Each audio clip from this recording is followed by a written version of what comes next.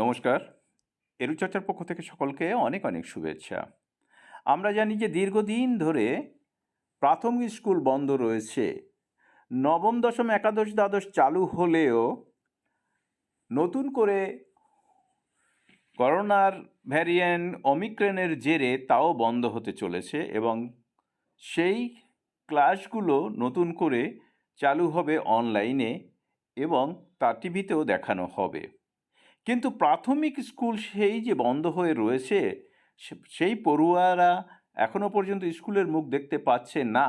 ভবিষ্যতে কবে দেখতে পাবে সেটাও অনেকের জানা নেই। সেই সমস্যা সমাধানে এবার সরকার উদ্যোগী হয়েছে।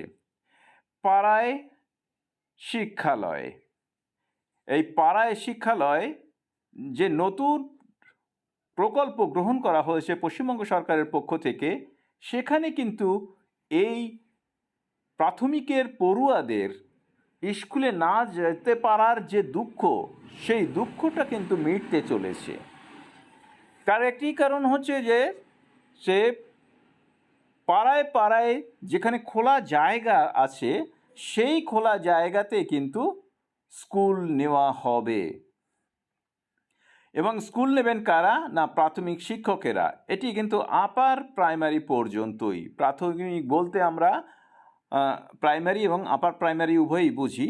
তা সেক্ষেত্রে ছাত্রছাত্রীদের স্কুলে না এনে, বদ্ধ জায়গার মধ্যে না এনে, একটি খোলা জায়গায় অল্প সংখ্যক ছাত্রছাত্রী নিয়ে, অর্থাৎ পাড়ার মধ্যে যে কজন ছাত্রছাত্রী থাকবে সেই ছাত্রছাত্রীদের নিয়ে ক্লাস নেবেন মাস্টারমশাই দিদিমণিরা।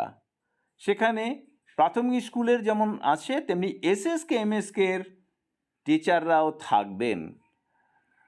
ফলে নতুন প্রকল্পে কিন্তু একটি সমস্যার সমাধান হতে চলেছে, সেটি হচ্ছে স্কুলে যেতে না পারার যে দুঃখ বাচ্চাদের মধ্যে, যে মানসিক অস্বস্তি রয়েছে বাচ্চাদের মধ্যে, যে ভয় রয়েছে স্কুলে যাবার, বদ্ধ ঘরের মধ্যে থেকে নতুন করে সংক্রামিত হওয়ার সেই ভয়টি কিন্তু আর থাকবে না।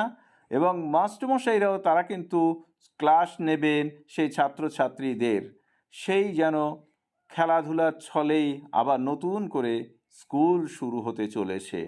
আর এই নিয়ে আগামী 24 তারিখ পশ্চিমবঙ্গের শিক্ষামন্ত্রী মাননীয় ব্রাত্য বসু একটি প্রেস কনফারেন্স কিন্তু ডেকেছেন। তো এবার দেখা যাক যে এই পাড়ায় শিক্ষালয়, সেখানে ছাত্রছাত্রীদের যে সমস্যা, সেই সমস্যা কতটা দূর হয়, এবং আশা করা যায় অবশ্যই সমস্যা দূর হবে।